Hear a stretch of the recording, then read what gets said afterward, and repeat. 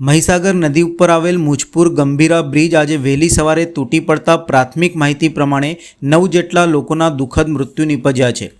તંત્રની ગંભીર બેદરકારીના પગલે લોકો હવામાં સુરક્ષિત નથી, તળાવમાં સુરક્ષિત નથી, તો આજે તો બ્રિજ ઉપર પણ સુરક્ષિત ન હોવાથી 9 લોકોએ જીવ ગુમાવ્યો છે। ઘટના મહીસાગર નદી ઉપર આવેલ મુજપુર ગંભીરા બ્રિજની છે, જેમાં વહેલી સવારે બ્રિજ વચ્ચેથી ધસી પડ્યો હતો।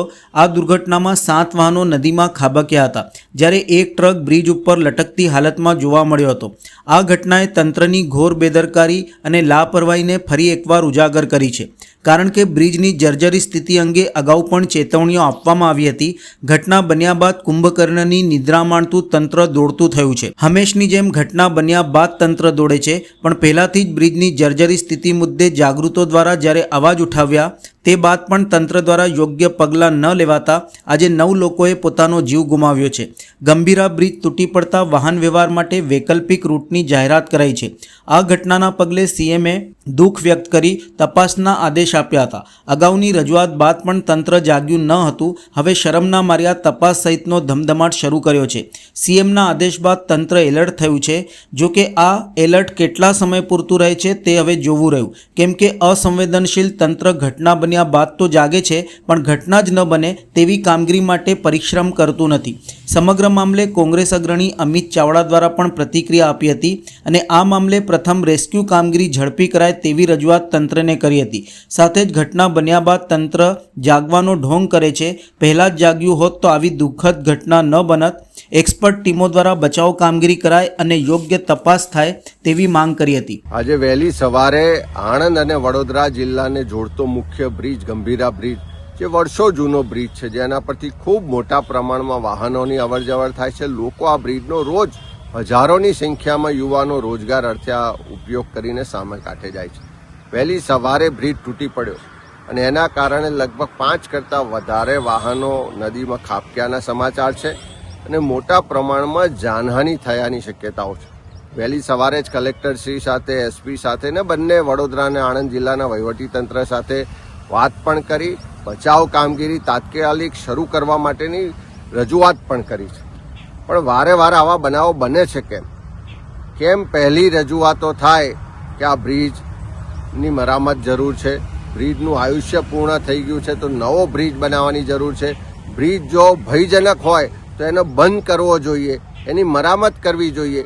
સરકારી તંત્રની ગંભીર બેદરકારીને કારણે આ બનાવ બન્યો છે અને લોકોના જીવ ગયા છે। ત્યારે એવા સંજોગોમાં સરકાર આખા ગુજરાતમાં આવા બનાવો બને ત્યાર પછી જાગે છે, વહેલા કેમ નથી જાગતી? જો વહેલા જાગી હોત તો આ બનાવ ના બન્યો હોત, લોકોના જીવ જવાની જે શક્યતા છે, જીવ ના ગયા હોત।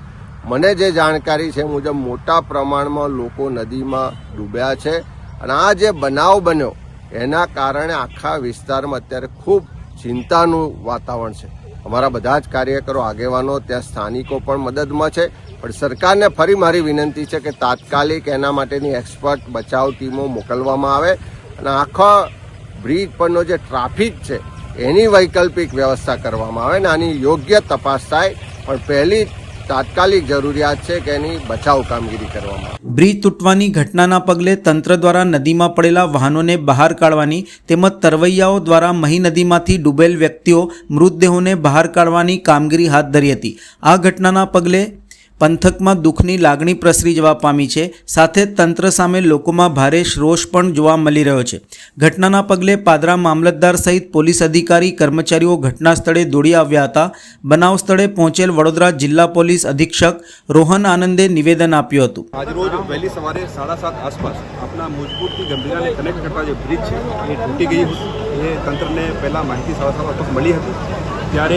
જ્યારે બ્રિજ ઉપર 1-2 વાહનો ફસાયા હતા અને જ્યારે બ્રિજ તૂટ્યું ત્યારે 3-4 વાહનો નીચે પણ નદીમાં પડી ગયા હતા, જેમાં 2 ટ્રકો, 2 પિકઅપ અને 1 રિક્ષા જેવું હતા।